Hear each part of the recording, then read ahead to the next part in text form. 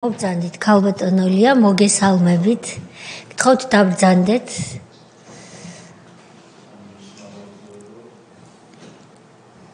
ჩვენ ალბათ შეგვიძლია თუ წევრები არ იქნებიან წინააღმდეგნი, სანამ ქალბატონლიას გავესაუბრებით, რომ ბატონ გიორგისა და ბატონ ავთანდილს თხოვოთ, რომ აქვე მოიცადონ დარბაზში და არა მოსაცდელში. ეს ალბათ ასე უფრო მისაღები იქნებოდა ყველა გაგებით. ამასობაში ქალბატონლიას გადავუხდი მადლობას მობრძანებისთვის, ძალიან მიხარია თქვენი ხილვა. დიდი მადლობა მინდა გითხრათ თქვენ და თქვენ მთელ ოჯახს. ყველა იმ საქმისა და ღვაწლისთვის, რაც გაგიწევიათ და ჩემი მხრიდან იმ ასაც დავძენ, რომ მობრძანდით ბატონო გიორგი, გთხოვთ დაბრძანდეთ ბატონი ავთანდილი როცა მობრძანდება, მასაც შეიძლება რომ დარბაზში ბრძანდებოდეთ ჯობს ვიდრე მოსაცდელში. მადლობა ბატონო გიორგი, დაბრძანდეთ. და იმას ვამბობდი ქალბატონოლია, რომ ჩემი მხრიდან მინდა ისიც დავძინო მეთქი, რომ ჩვენ ძალიან კარგად ვითანამშრომლეთ და რას შევძელით ღირსეულად პატივი მივაგეთ დიდჩალვა ამირანაშვილს, რომლის ოჯახის წევრი თქვენ ბრძანდებით და ხელოვნების სახელმწიფო მუზეუმში, რომელიც მის სახელს ატარებს, არაერთი მნიშვნელოვანი ღონისძიება გავატარეთ, რომ არაფერი ვთქვათ საგანძურის სათანადოდ დაბინავებაზე, რესტავრაცია, კონსერვაციის საქმეების წამოწყებაზე, სრულიად ახალი შენობის, რეკონსტრუირებული შენობის გახსნაზე და იქ ევროპული დონის იმ გამოფენების მოწყობაზე, რომელშიც ბატონი შალვას და სხვა დიდი ქართველების მიერ წლობით ნაგროვები და ნასათუთევი ექსპონატები გამოვფინეთ და ამაში თქვენი მეუღლის მისი დედმამიშვილების თქვენი როგორც ქალის და ქალბატონის მეცნიერის დიდი წვლილი იყო და მადლობა ამისთვის. ქალბატონოლია, მადლობა მობრძანებისთვის. პროცედურა რომ დავიცვათ, მე მინდა ხელმოწერა გთხოვოთ იმ დოკუმენტზე, რომელიც თქვენს წინ არის. ეს არის გაფრთხილება იმის თაობაზე, რომ კომისიის წინაშე ცრუ ახსნა განმარტება მცდარი ფაქტების მოწოდება განზრახ შეცდომისგან დაზღვეული არავინ აქ საუბარია განზრახ ამის გაკეთებაზე ეს ისჯება სისხლის სამართლის წესით და ამის თაობაზე რომ ხელი მოაწეროთ და შევუდგეთ საუბარს თუ წინააღმდეგი არ იქნებით. დიახ.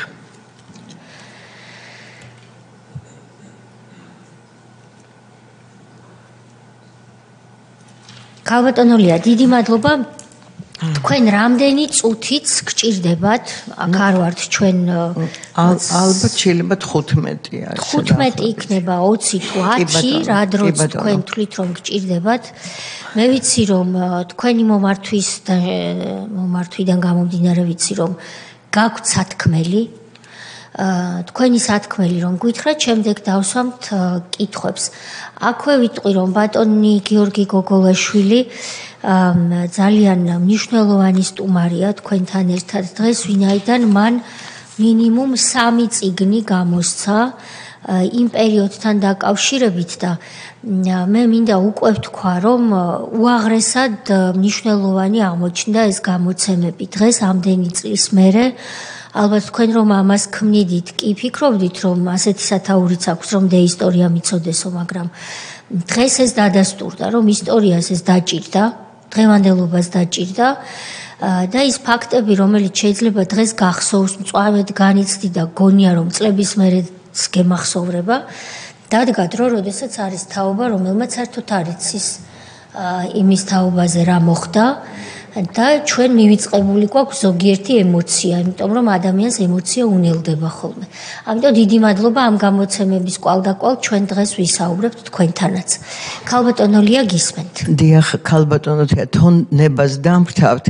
თქვენ ისეთი მომართვა ქონდა ჩემს მიმართ, რომ მე მინდა ძალიან დიდი მადლობა გადაგიხადოთ იმისათვის, რაც თქვენ და თქვენმა გუნდმა მოახერხე და გააკეთე და არ ვიცი ეს ჩემთვის იყო, ჩემი ოჯახისათვის იყო წარმოუდგენელი რამე, იმიტომ რომ შალვა ამირანაშვილის სახელი ჩვენ გვეგონა რომ უკვე მის სახელს აღარავინ აღარ ახსენებდა და თქვენ უკტავყავით ყველაფერი ის რაც იმკას გაუკეთებია საქართველოსთვის და მინდა გითხრათ არა მარტო მუზეუმისთვის არამედ მთელი კულტურისთვის რაც თქვენ გააკეთეთ უღრმედ მადლობას მოგახსენებთ და შემიძლია ვთქვა რომ მე და ჩემი მეუღლე ვამბობთ რომ აწი ძალიან მშვიდად წავალთ ამ ქვეყნიდან, იმიტომ რომ დაბინავებულია ბატონი შალვას სახელით. უღრმესი მადლობა ამისთვის.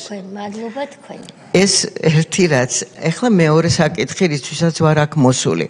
ამისთვისაც დიდ მადლობას მოგახსენებთ, იმიტომ რომ მე არ მაქვს უფლება თამარ კეკელიძის სახელი ისტორიის ამბებში სადღაც გაიბნეს და ასე ზეპირად დარჩეს საერთოდ შთამომავლობას. ძალიან დიდი სურვილი მაქვს და ძალიან მიხარია რომ ეს სადღაც დაფიქსირდა და აი თქვენთან თქვენს კომისიაზე არის ეს წერილი და ყველაფერი ეს არის აღნუსხული. თამარ კეკელიძეს მე დიდი ხანია ვიცნობ, ძალიან დიდი ხანია ვიცნობ, ჩვენ ვიყავით თანამშრომლები, გარდა ამისა ჩვენ ვიყავით ძალიან კარგი მეგობრები. არა მარტო მეგობრები, შემიძლია ვთქვა, რომ თითქმის ოჯახის წევრები ვით ვიყავით, იმიტომ რომ ჩვენი სპეციალობა ეთნოგრაფია არის თავისებურად საინტერესო, იმით რომ ჩვენ ყოველ წელიწად წლების მანძილზე, უკვე რამდენი ათეული წელია, დავდიოდით ექსპედიციებში და ვისაც ექსპედიციაში გამოცდილება აქვს, ის მიხვდება თუ რას ნიშნავს ეს, იქ გაჭირვებაც იყო ჩვენ მოვიარეთ კავკასიის მთიანეთი, საქართველოს მთიანეთი, უმძიმეს პირობებშიც ვიყავით და ჩვენ იქ ძალიან კარგი ურთიერთობა ჰქონდა და ფაქტიურად შეიძლება ითქვას, რომ თითქოს ოჯახის წევრები ვართ. ჩვენ ერთმანეთის გვიხაროვდა და ერთმანეთის გვწყინდა და ერთმანეთს ძალიან ვაქცევდით ყურადღებას. თამარი იყო საკმაოდ პატრიოტი ადამიანი, თავისი ბუნებით, იყო ემოციური, ძალიან კარგად იცოდა საქართველოს ისტორია, იმიტომ რომ იყო სპეციალისტი ამისი, მუშაობდა ჩვენთან ისტორიის ინსტიტუტში, შემდგომ რამდენიმე ხნის შემდეგ ბატონმა ოთარ ჯაფარიძემ სთხოვა რომ გადასულიყო უნივერსიტეტში და არქეოლოგიაში ჩაეტარებინა სემინარები, იმიტომ რომ ბატონ ოთართან ძალიან კარგი ურთიერთობა ჰქონდა. და მართლაც გადავიდა თამარი იქ და იქ მოღვაწეობდა. თამარს ისე უყვარდა ისტორია, რომ არა მარტო სტუდენტებისთვის იმეტებდა თავის, არამედ სულ ერთია, ვინც კი შეხვდებოდა, მეზობელი იქნებოდა, ის მეგობრის შვილი იქნებოდა, თუ ვინ იქნებოდა, ყველას ესე იგი დიდი რუდუნებით ასწავლიდა საქართველოს ისტორია. ამიტომ ამის გამო, როდესაც ასეთი პერიოდი შეიქმნა ჩვენს ქვეყანაში, რომ დამძიმდა მდგომარეობა, თამარი ამას განსაკუთრებულად განიცდიდა. რატომ განსაკუთრებულად? ერთი რომ უყვარდა ისტორია, მეორე იყო ემოციური, მაგრამ მესამე იყო სპეციალისტი.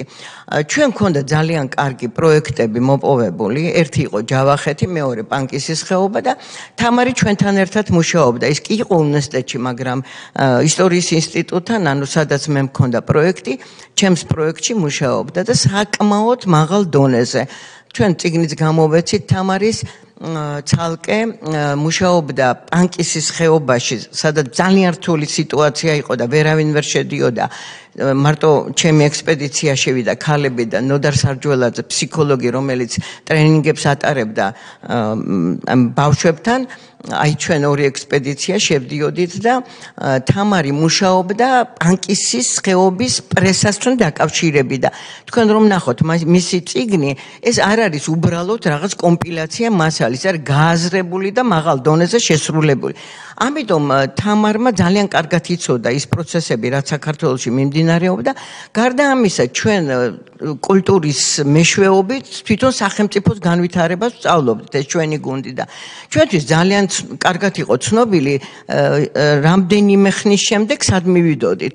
როცა დაიწყო ეს პროცესი, რითაც ახლა აქ ვარ მოსული, ფაქტიურად ძალიან კარგად ჩანდა, რომ ავტორიტარიზმი მყარდებოდა ქვეყანაში და ეს თამარმაც იცოდა, რა თქმა უნდა და მთელმა ჩემმა გუნდმა, რომ ჩვენ თუ ამას არ ავწდებოდით, ძალიან ცუდი შედეგები იქნებოდა, იმიტომ რომ გვაქონდა, ვიცოდით რა თქმა უნდა ფრანკო და ვიცოდით პინოჩეტის და ვიცოდით რომ იქ 25 წელი იყო, აქეთ 15 წელი და ღმერთმა უწყის, სულ გვეშინო და სულ იმას ვამბობდით, რამდენი წელი გასტანს ასეთი მდგომარეობა და როდემდე უნდა იყოს ეს და როგორ უნდა უშველოთ ამას.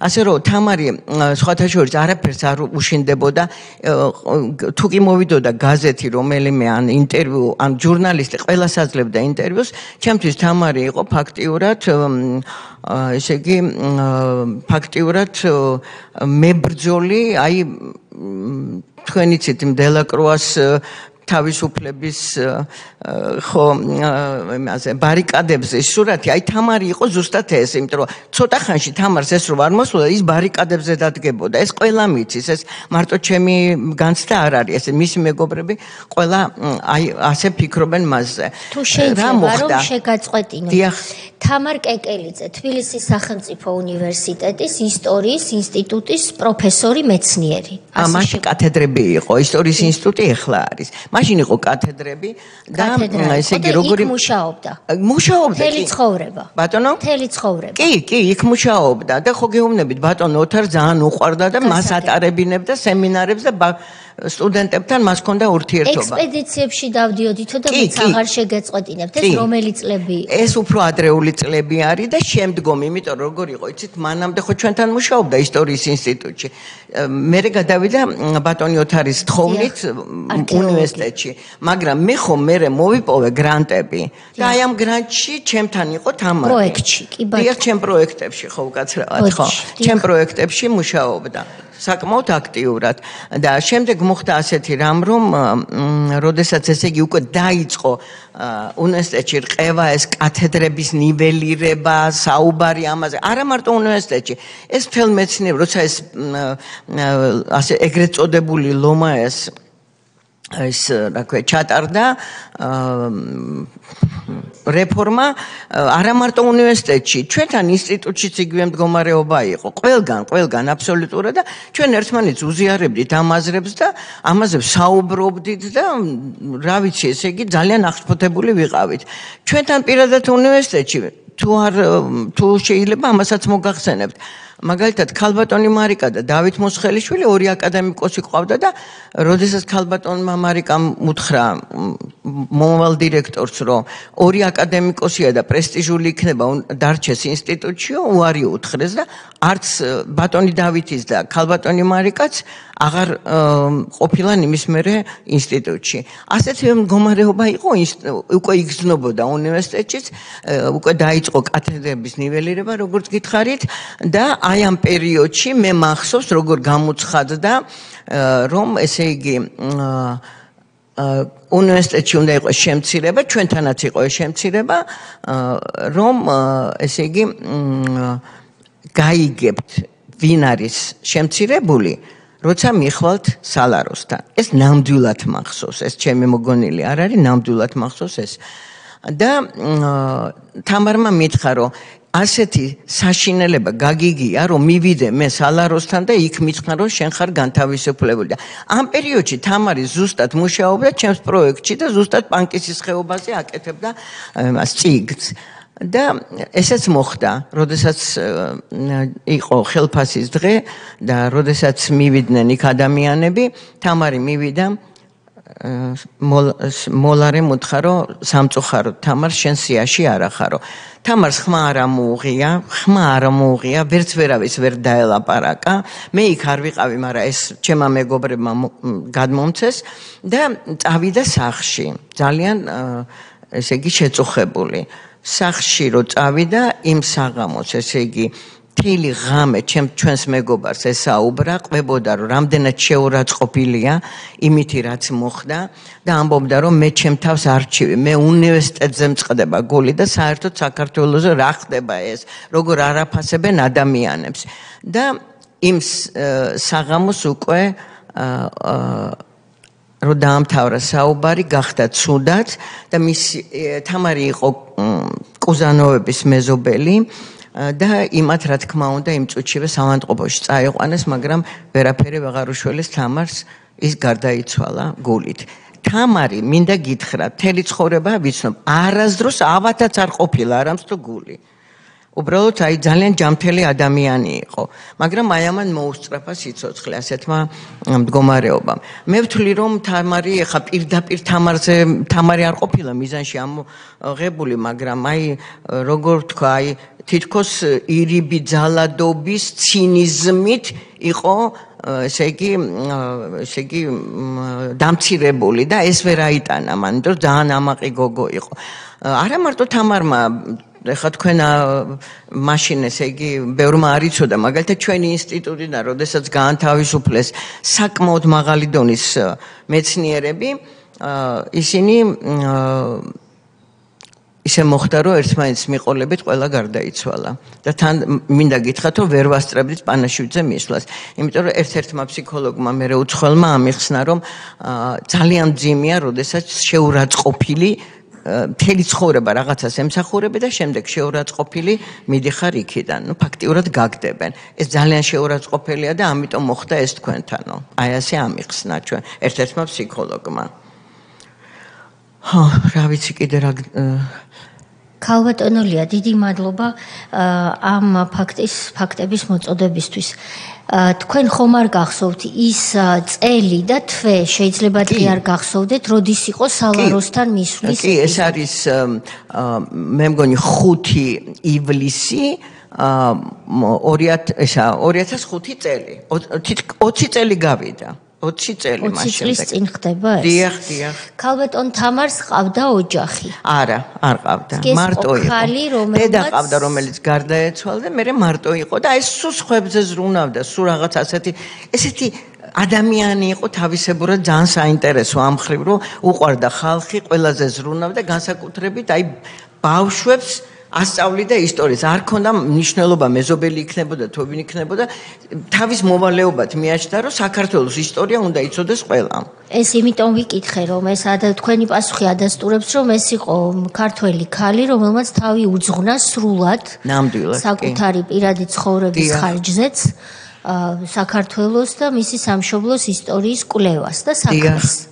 აი თუ გახსოვთ კიდე ბატონმა როინმა გაიხსენა ნოესთან ქონდა ის რა ქვია ბატონ როინს ინტერვიუ და თუ გახსოვთ ბატონმა როინმაც გაიხსენა ეს ამბავი, იმიტომ რომ ეს ისე არის ჩვენს მე როგორ მახსოვს იცით ეს ამბავი, როგორც თითქოს ეხლა მოხდა ყველაფერი ეს. და თამარი იმ დღეს ჩემთან აღარ მოსულა. მე უნივერსიტეტთან ცხოვრობდა, ჩვენ იმდენად ახლობლები ვიყავით, რომ ყოველდღე ან უნივერსიტეტიდან გამოივლი და ან დამირეკავდა და იმ დღეს ჩემთან არ მოსულა და გამიკვირდა ძალიან. მაგრამ მე აღმოჩნდა, რომ ესეთი ამბავი მოხდა. რეაქცია რა იყო? ის კი რეალურად იმ ღამესვე გახდა ცუდად და არა, გეტყვით, ესე იგი იმ ღამეს ძალიან დიდხანს ესაუბრა ჩვენს მეგობარს და იყო ძალიან გამწარებული და სულ ამაზე ესაუბრებოდა და ელაპარაკებოდა ამ საკითხზე, სხვა საკითხზე. საერთოდ არაფერი არ უსაუბრია. მე მგონი ღამის 4 საათამდე საუბრობდნენ და მე უკვე ესე იგი უთხრა რომ რაღაცა არ ვარო კარგათო, კი უთხრა რომ რაღაცა არ ვარო კარგეთ. კარგიო, ამან უთხრა რომ ხვალ შეგხვდებიო და დავილაპარაკოთო და აი ზუსტად ესე იგი აი ამ ლაპარაკის შემდეგ დილით უკვე აღარ იყო თამარი.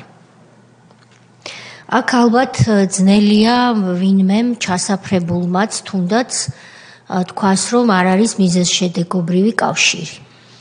იმდენად წყობრად დაემთხვა ერთმანეთს, ასე ვთქვათ, გაშვება თქვენ გამოიყენეთ. ჩვენ ყველას ასეთი შთაბეჭდილება გვაქვს ყველას. დამდგარი ფატალური შედეგი. რეაქცია რა იყო უნივერსიტეტის ან სამინისტროს მხრიდან? თვითონ ის მოლარე მოდიოდა და პირდაპირ ტიროდა ძალიან, რომ ეს როგორ მოხდა ეს ამბავი.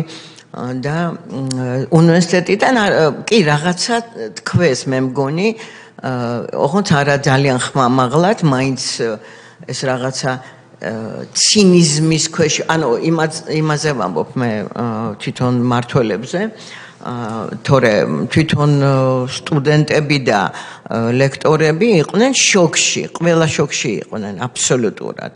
არ იყო ეს რაღაცა დიდი ბოდიშის მოხდან, რაღაცა გაკვრით ითქვა. გაზეთმა მარტო მე მგონი ასავალ-დასავალმა დაწერა, იმიტომ რომ მაშინ ყველგან ვერ დაბეჭდავდი რაც გინდოდა იმას, მაგრამ ეს გაიგო მთელმა საქართველომ. მაშინ იცოდა მთელმა საქართველომ, ეს არ იყო დამალული, ეს მთელმა საქართველომ გაიგო ეს ამბავი. იმდენად შოკის ხალხატონია, ამ დროს ministri არის ალექსანდრე კახალომაია, ხომ სწორად მახსოვს, მისი რეფორმის მსხვერპლია ხალხატონია, ასე გამოდის. რექტორი უკვე შეცვლილია თუ ბრძოლა მიმდინარეობს ამ დროს? მე მგონი ლორდ ქიფანიძე იყო, ხო? ხალხატონი რუსუდანი. რუსუდანი, დიახ. ამ დროს უკვე ბატონი როინი აღარ არის. არა, ბატონი როინი. ბატონი როინის დროს ეგ არ მოხდებოდა არავითარ შემთხვევაში. გამორიცხულია. ამაზე თავს ეს ჩვენ ვიცით, უბრალოდ რა კი გვისმენენ და ზოგმა შეიძლება ახლა გაიგოს საერთოდ რომ თბილისის სახელმწიფო უნივერსიტეტს, ქართულ უნივერსიტეტს, როგორც ბატონი გიორგი უდმივად ხაზს უსვამს, ებრძოდნენ, ამიტომ დავაზუსტეთ. იცით, რისი თქმა მინდა კიდე ერთია, როდესაც მიზანმიმართულად ზევიდან რაღაცა ხდება, მაგრამ აი გაიხსენეთ 37 წელი. აი ესეთი სურათი იყო. 37 წლის დროს ჩვენ ხო ვიცით გაზეთებშიც გვარები მაქვს ამოკითხული მაგალითად რომ ესე იგი ერთია რომ ბრძანებას გასცემდნენ, ერთია რომ ვიღაცას ამოიჩენდა, შემდგომ დანარჩენები დაასმენდნენ ხოლმე. იგივე მოხდა ჩვენთან ინსტიტუტებში და უნივერსიტეტში. იყო ეს მე მაშინ დავარქვი ლუმპერ პროლეტარიატი. თითქოს რევოლუცია მოხდა და ეს ადამიანები ძალიან ცუდ საქმეს ჩადიოდნენ. ცდილობდნენ რომ გაეძევებინათ ვიღაცეები ინსტიტუტიდან, უნივერსიტეტიდან. იგივე მაგალითად ჩემზეც იყო, თამილად საგარეიშვილზეც, ბევრი ზეწოლა იყო რომ ჩვენ წავსულიყავი და მართლა წავედით ჩვენ, იმიტომ რომ მე არ შემეძლო ასეთ პირობებში მუშაობა და მე განცხადება დავწერე და ისე წავედი, ხო? და ასე ძალიან ბევრი ცუდი რაღაცა ხდებოდა. ხა ამას ვერ მომყვები ყველაფერს. ძალიან დიდ დროს წაიღებს, მაგრამ აი ესეთი ლუმპერ პროლეტარიატი ძალიან მაგრად მუშაობდა. ქალბატონოლია, მეორე კითხვა მექნება და დარწმუნებული ვარ სხვა წევრებსაც. პირველი, თქვენი აზრით, თქვენ თქვით რომ ერთია ზემოდან რა მოდის და მე როგორ სრულდება და თვითონ კოლეგებიც დაიხლიჩნენ და ზოგი ასე იქცეოდა, ზოგი ისე. მიზანი რა იყო? ერთი ქალბატონი თამარ კეკელიძე და მისი მოკვდინება ხო არ ექნებოდა ვიღაცას მაინდა-მაინც განზრახვად და ეს ნამდვილად ასე არ იქნებოდა. მიზანი რა იყო? და მეორე შეკითხვა. როდესაც ზოგიერთი თანამშრომელი გაურიგდა, შეეგუა თქვენ ლუმპენ პროლეტარიატი უწოდეთ, იმიტომ რომ დამსახურება მეცნიერული და სხვა ინტელექტუალური იმდენი არ ქონდათ, მაგრამ სხვა რაღაცაში გამოიჩინეს თავი, ხო, ალბათ ამიტომ უწოდეთ. აი ეს ხალხი მერე სად მოგვევლინა, ვინც ჩამოიშორა, ასე ვთქვათ, დიდი ავტორიტეტები, იმიტომ რომ ამას იმიტომ არ ვამბობ, რომ თქვენ აქ ბრძანდებით, თქვენ ბრძანდებით ავტორიტეტი. ქალბატონი თამილად საგარეიშვილი არის ავტორიტეტი. აღარაფერს ვამბობ ბატონ როინ მეტრეველზე და სხვებზე და თქვენ მარიკა ლორთქიფანიძე ახსენეთ, რომელსაც უთხრეს, რომ არაფერი პრესტიჟი თქვენი ყოფნა აქ არ არის. კი, ესე იყო. ახლა ამაზე დიდი ავტორიტეტები იმ წუთში თბილისის სახელმწიფო უნივერსიტეტში სამწუხაროდ აღარ იყო. ძველ დროში ალბათ მეტი იყო, უფრო მრავლად, მაგრამ იმ დროს აღარ იყო. მიზანი რა იყო თქვენ? მიზანი არ ვიცი იმათ თავებში რა იყო, ის მიზანი დღეს ჩანს, იმიტომ რომ მეცნიერება ძალიან ცუდ დღეშია, ანუ შედეგი ეს არის.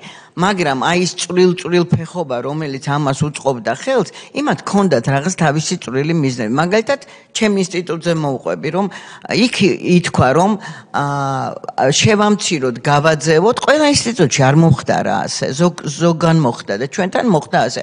წავიდნენ ესენი, იმიტომ რომ ხელფასი მოგვემატება. მე გეტყვით ახლა ხელფასის მომატება რას ნიშნავს? მე ვიყავი განყოფილების გამგე, კავკასიის ეთნოგრაფიის განყოფილების გამგე და მქონდა 120 ლარი ხელფასი.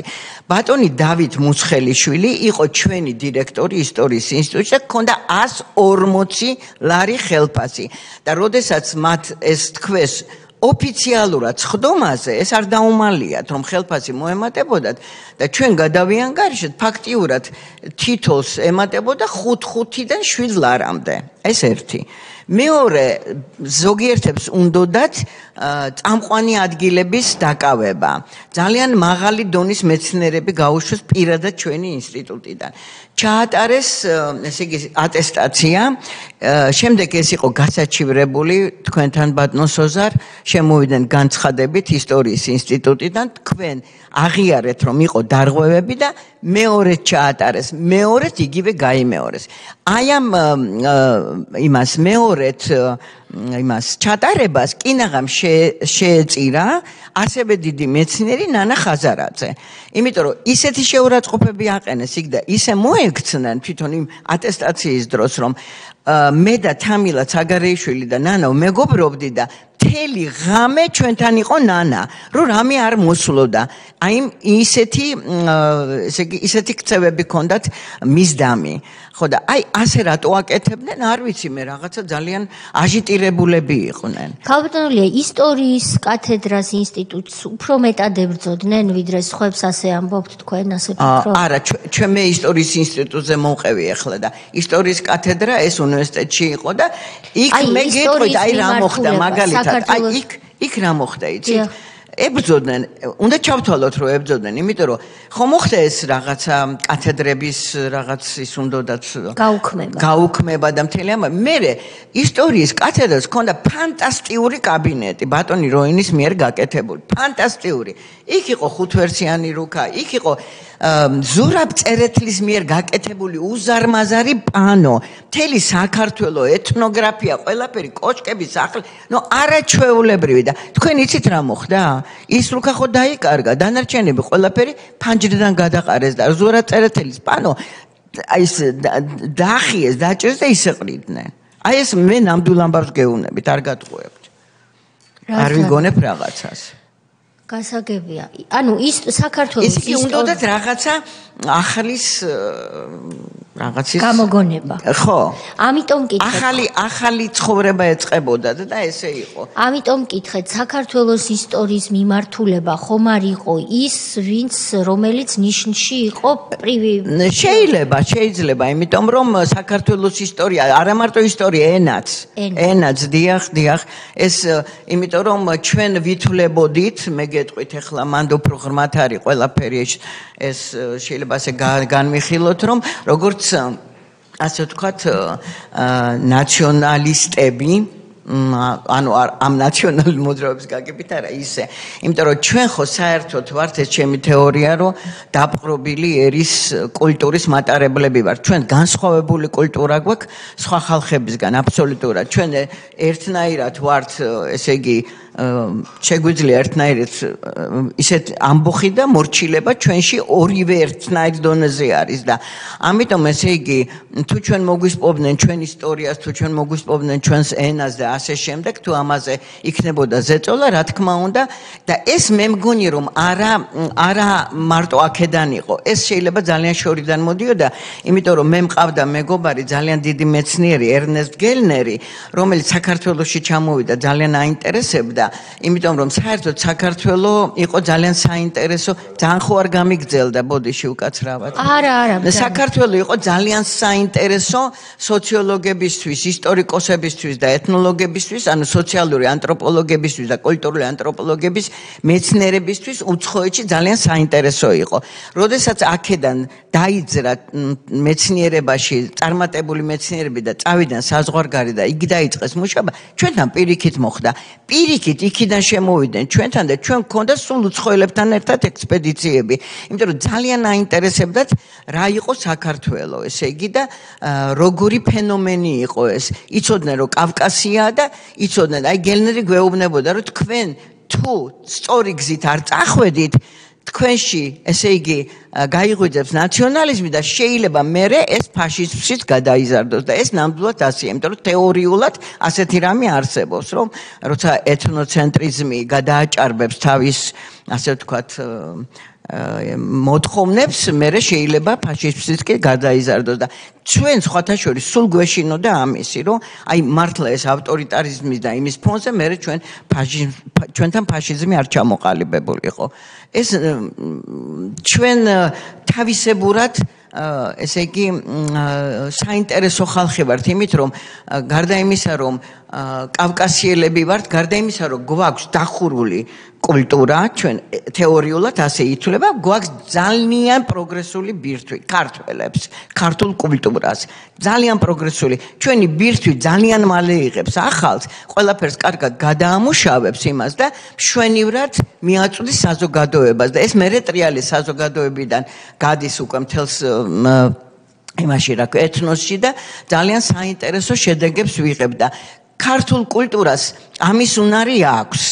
და იმიტომ რომ ჩვენ ყოველთვის ლიდერად ვითვლებოდით კავკასიაში და ეხლაც არ არის დასამალი რომ ბევრ რაღაცაში ძალიან პროგრესულები ვართ. თუმცა ბევრ ამაში ჩამორჩებით კიდევაც. არც უმაგისობა. თქვენ გეძახდნენ ნაციონალისტებს და ამიტომ გერჩოდნენ ეს ბრძოლა? არა, არ გვეძახდნენ. შიში იყო აი ეს უცხოელები როცა გვესაუბრებოდნენ რომ არ ჩამოყალიბდეს. კი ბატონო. იმიტომ რომ ისეთი კულტურა ქონდა რომ შესაძლებელი იყო თუ მოვიდოდა ისეთი ადამიანი ის იმასთან ჩამოყალიბდა. ახლა გავიგე, დიდი მადლობა. ბატონი თენგიზი, ბატონი ილია, ბატონი სოზარი. მოგესალმებით მომბრძანებისთვის. ხა ჩვენი კომისიისთვის მთავარია ვიცოდეთ ის გარემო რა გარემოში ხდებოდა ეს. იმიტომ რომ ეს საზოგადოებას მე დასკვნის სახით უნდა მივაწოდოთ. ჩვენი მთავარი ამოცანა მარტო ის არ არის შევისწავლოთ რა მოხდა. რომ აღარ განმეორდეს არასდროს ისიც ჩვენი ამოცანა არის და ამიტომ ეს ნათლად უნდა წარმოვიდგინოთ. ხა ისტორიის ინსტიტუტში მოღვაწეობდა ჩვენი პრეზიდენტის მაშინდელის დედა. კი. მიუხედავად ამისა, ეს რეპრესიული ტალღა, ეგრეთ წოდებული რეფორმა მაინც არაც და თქვენ ის ხო თქვენი კოლეგა იყო. არა, ეგეთი რაღაცა არ იყო, ეს ყველას შეეხო რა თქმა უნდა. არა, მე ის თქვა მინდა. ნუ თუ არანაირი სურვილი არ გაჩენია იმ ქალბატონს, რომელმაც შიგნიდან იცოდა რა საქმეს აკეთებდა ეს ინსტიტუტი. ერთიან, როდესაც მე გარედან უყურებ და დათლად ვერ წარმომიდგენია რა სახის თქვა კვლევები მიმდინარეობს იქ, რამდენად ფასეულია ეს კვლევები, რამდენად საქართველოს მომავალს ჭირდება ეს კვლევები და მეორეა შიგნით რო ხარ და ყველაზე კარგად იცი რა დონის სამუშაო უკეთდება.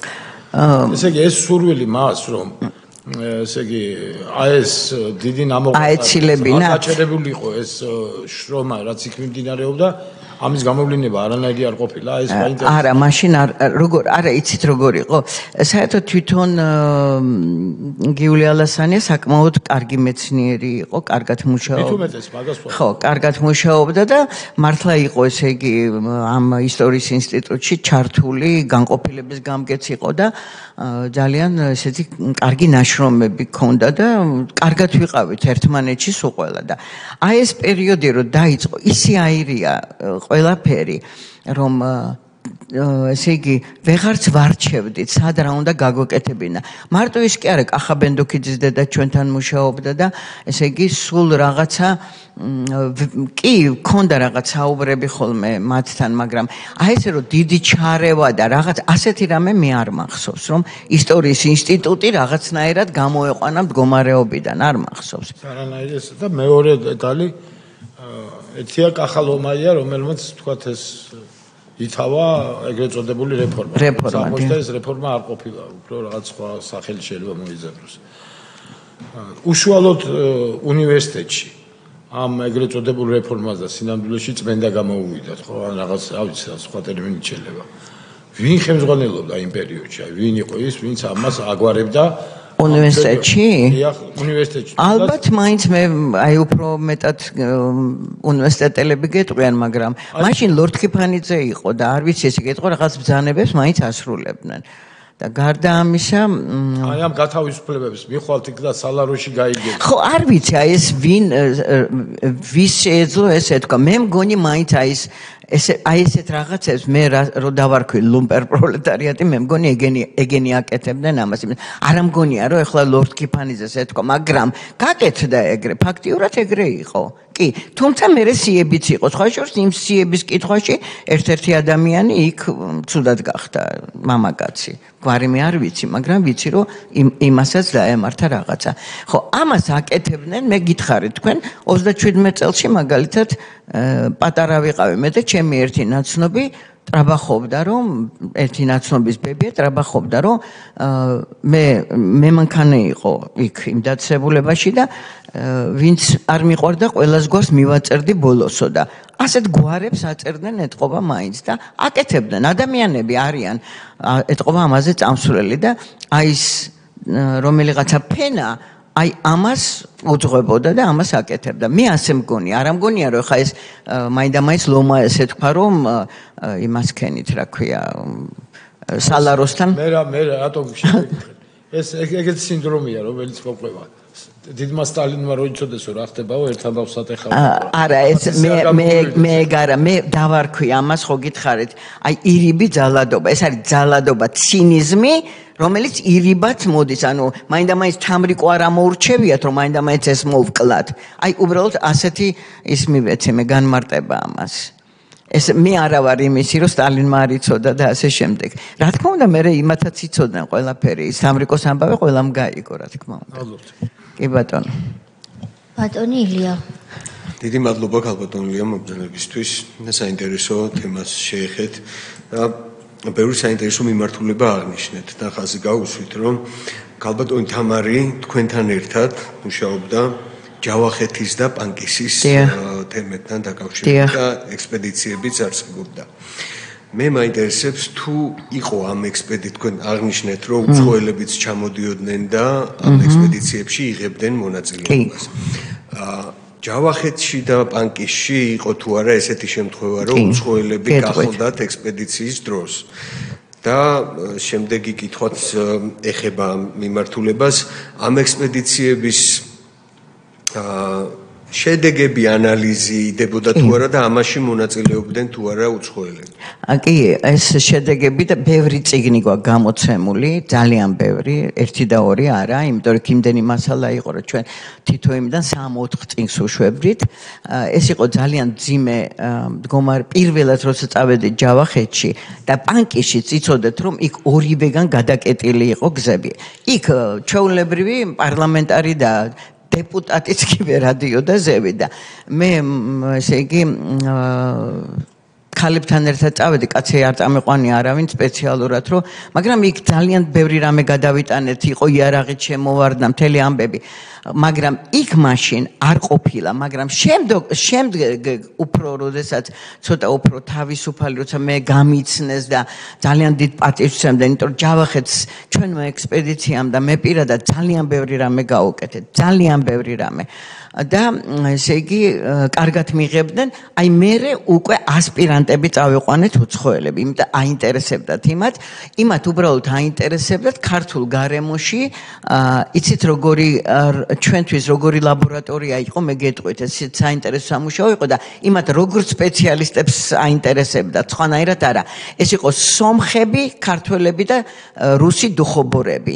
და აი ამ პატარა ლაბორატორიასავით წარმოიდგინეთ და აი ამ ურთიერთობას სწავლობდი და ძალიან საინტერესო წიგნები გამოგვიდა და ეს აინტერესებდათ მაგრამ პანკისის ხეობაში უცხოელი არც ერთი არ შემოსულა, იმიტომ რომ იქ ჩვენ თვითონ მე უბრალოდ ძალიან დიდი ხნის ნაცნობები მყავდა იქ ბაღაკაშვილი, ბუღდანა იყო ესეთი მოჭიდავა, იმათთან ცხოვრობდით მანამდე კიდე 30 წლით ადრე, ხშირად დავდიოდით პანკისის ექსპედიციებში და იქ რა თქმა უნდა, იქ პოლიციაც ვერ შედიოდა, უცხოელს ვერ შევიყვანდი. უცხოელები იყვნენ მხოლოდ ის ორგანიზაციები, რომლებიც იქ მუშაობდნენ, ყველა გამოდიოდა 5 საათისთვის, მათ შორის მე და ნოდარ სარჯველაძის ექსპედიცია, მხოლოდ რჩებოდა ექიმები საზღვრავს გარეთ შიგ პანკისის ხეობაში. უმძიმესი მდგომარეობა იყო მაშინ იქ, როცა ჩვენ მუშაობდით. იქ უცხოელები არ ყოფილან.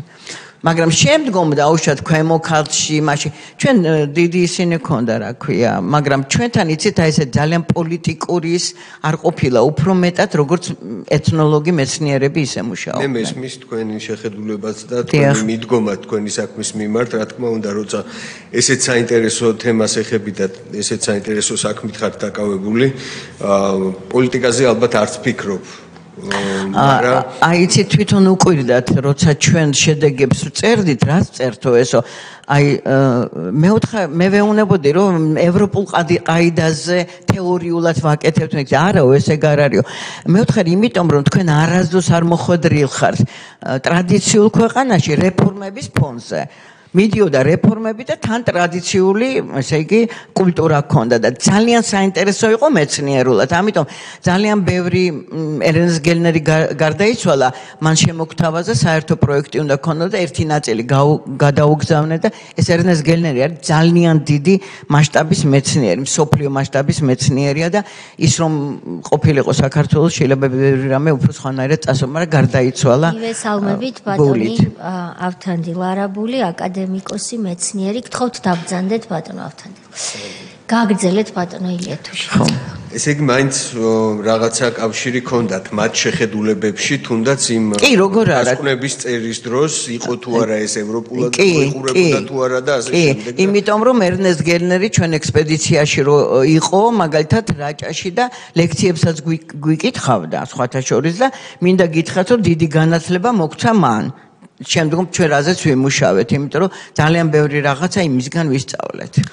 როგორ ფიქრობთ, ამ ჯავახეთის და პანკისის ექსპედიციების შედეგები და ის დასკვნები ან ანალიზი, რომელიც თქვენ გამოეცით, შეიძლებოდა ყოფილიყო ბატონი ლომაიას რეფორმის საწინააღმდეგო შეხედულებები და ეს ხო არ შეიძლება ყოფილიყო იმ რეპრესიების მიზეზი, რომელიც ამ სახით ჩაატარეს უნივერსიტეტში. ხო, არა მგონია ეგ ასე ყოფილიყო, მე გეტყვით თქვენ ესე იგი ჩვენ რომ ჯავახეთში ვიმუშავეთ, ის ჩვენ სადაც არ მუშაობდით, ხო, ყველა მასალა ჩამოგქონდა და ყველა მასალას ესე იგი შინაგან საქმეთა სამინისტრო თვითონ გთხოვდნენ, იმიტომ რომ თვითონ ვერ შედიოდნენ იქა, ერთხელ გაუშვითო ვიღაცები და გამოაგდესო და ამიტომ ჩვენ გთხოვდნენ და ჩვენ ვაძლევით ამ მასალას და ყველაზე დიდი რეაქცია იყო ბატონ ედუარდ შევარდნაძის დროს, მან ბევრი რამე გააკეთა. სულ არ უფიქრიათ იქ 27 კაციანი სასაზღვრო ჯარი შეიყვანეს ჩვენი ექსპედიციის შემდეგ, ჩვენი მასალების, ჩვენი ესე იგი ანგარიშების შემდეგ და ძალიან ბევრი რამე გაკეთა ბატონი ედუარდის და შემდგომ ჩვენ ესე იგი ყოველთვის ვაძლევდით მთავრობას ჩვენს დასკვნებს, მაგრამ შემდგომ უკვე ბატონი მიშასაც უგზავნიდით იმ მთავრობას, მაგრამ იქიდან რეაქცია არ იყო. ასე რომ აი რაღაცა რომ ეს რაღაცისთვის გამოეყენებინა ლომაიას, მე უკვე ამასობაში უკვე ლომაიაც აღარ იყო და ეს უკვე ძალიან გაწელილი იყო ეს ამბავი უკვე და ეხლა ჩვენ ქვემო ქართლში მუშაობთ იგივე.